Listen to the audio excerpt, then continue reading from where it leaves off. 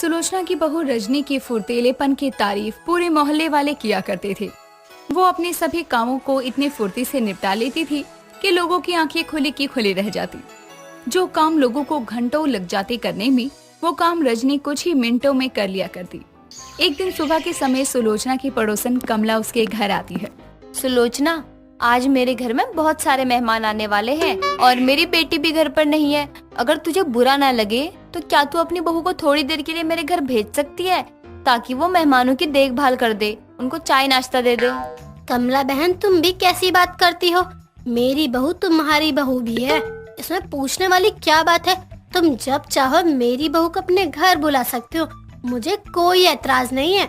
सच में सुलोचना, तेरा दिल बहुत बड़ा है, वरना कोई अपनी बहू को ऐसे दूसरे के घर में काम करने के लिए नहीं भेजता है।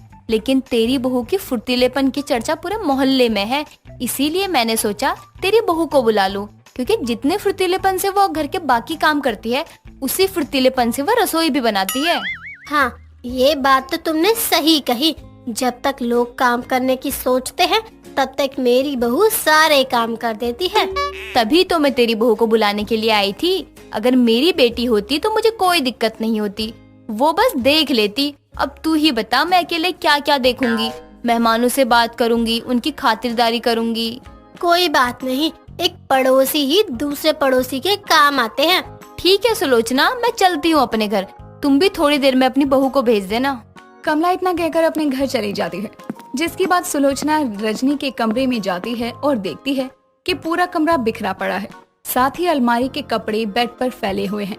तभी सुलोचना रजनी से कहती है, बहू, मैं तो तुझे यहाँ ये बताने आई थी कि तुझे कमला आंटी के घर जाना है। उनके घर मेहमान आने वाले हैं और वो बेचारी अकेले ही सब संभाल नहीं पाएगी। लेकिन तूने तो यहाँ शाम तक का भी काम फैला रखा है। माँ जी, आप चिंता क्यों करती हैं? ये काम तो मेरे लिए चुटकियों का है। आप चलिए, मैं थोड़ी देर में आती हूँ, यूँ काम खत्म करके। यूँ कहने से यूँ काम नहीं हो जाता है, बल्कि काम करने से काम खत्म होता है। मुझे नहीं लगता कि तू अपना सारा काम खत्म करके कमला के घर जाकर उसकी रसोई संभाल पाएगी। माँ जी, मैंने कहा ना कि आप चिंता मत कीजिए, मैं सब देख लूंगी। मैं अपना काम भी खत्म कर लूंगी और कमला आंटी की मदद के लिए भी चली जाऊंगी। वो तो तेरा बिखरा हुआ कमरा देखकर ही लग रहा है कि तू कितनी मदद कर पाएगी कमला के घर। सुलोचना इतना कहकर वहाँ से चली जाती है। थोड़ी देर बाद रजनी अपना सारा काम खत्म करके कमला के घर जाने लगती है। तभी सुलोचना रजनी को दरवाजे पर रोकती है। कहाँ जा रही है बहू? कोई जरूरत नहीं है कमला के घर जाकर मना करने के लिए कि तू नहीं आ पाएगी। मैं उससे फोन करके मना कर दूंगी, कह दूंगी तेरी तबीयत खराब है। माँ जी, जरूरत क्या है उन्हें मना करने की? मैं तो जा ही रही हूँ उनके घर उनकी मदद करने के लिए। अच्छा, और जो तूने अपना पूरा कमरा फैला रखा है उसका क्या? माँ जी, मैंने वो सब सेट कर दिया है। लगता है आप भूल गई हैं कि आपकी बहू फुर्तीली बहू है, जो हर काम को झटपट कर देती है। मैं आती हूँ थोड़ी देर में। रजनी इतना कहकर कमला के घर जाती है, जहाँ सारे मेहमान बैठे हुए थे। तभी कमला रजनी के पास आती है। बहू, मैं कब से तेरा इंतजार कर रही हूँ, मुझे लगा कि तू नहीं आएगी। आज मेरी इंसल्ट पक्की है। आपकी इस फुर्तीली बहू के होते हुए आपको लगता है कि आपकी इंसल्ट हो सकती है? आप इन्हें बातों में लगाइए और थोड़ा सा समय दीजिए, बस फिर देखिए अपनी फुर्तीली बहू की रसोई का कमाल। बहू, जो करना है जल्दी कर ले, तू अकेले कर लेगी ना सारा काम? कोई दिक्कत तो नहीं है ना? या मैं चलूं तेरे साथ मदद के लिए? नहीं आंटी जी, आप बैठिए सबके साथ, मैं अभी सब बना कर लाती हूँ। रजनी इतना कहकर रसोई में जाती है और कुछ टाइम में ही खाने की अनेकों चीजें बनाकर मेहमानों के सामने ले आती है। सभी उसकी रसोई में बने सभी खानों की बहुत तारीफ करते हैं। साथ ही कमला का रजनी का फुर्तीलापन देखकर सर चकराने लगता है कि उसने इतना कुछ इतनी जल्दी कैसे बना लिया।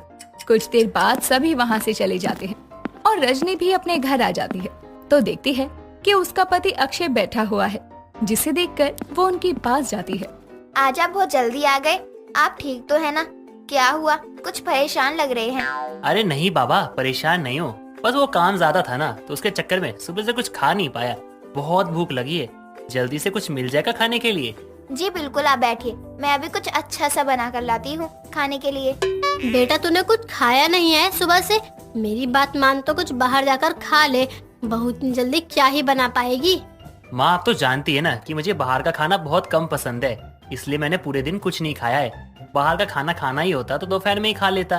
और शायद आप भूल चुकी हो कि आपकी फुर्तीली बहू है, उसकी रसोई में कुछ भी बनाने में टाइम नहीं लगता है। ये सही कहा आपने अक्षय जी, आपने तो मेरी तारीफ करके मेरा दिल खुश कर दिया। मैं अभी आपके लिए कुछ अच्छा सा बना कर लाती हूँ।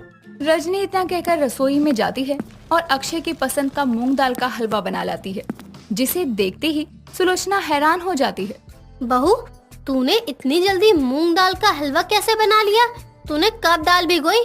तू तो अभी अभी मेरे सामने रसोई में गई थी और पूरे दिन कमला के घर थी।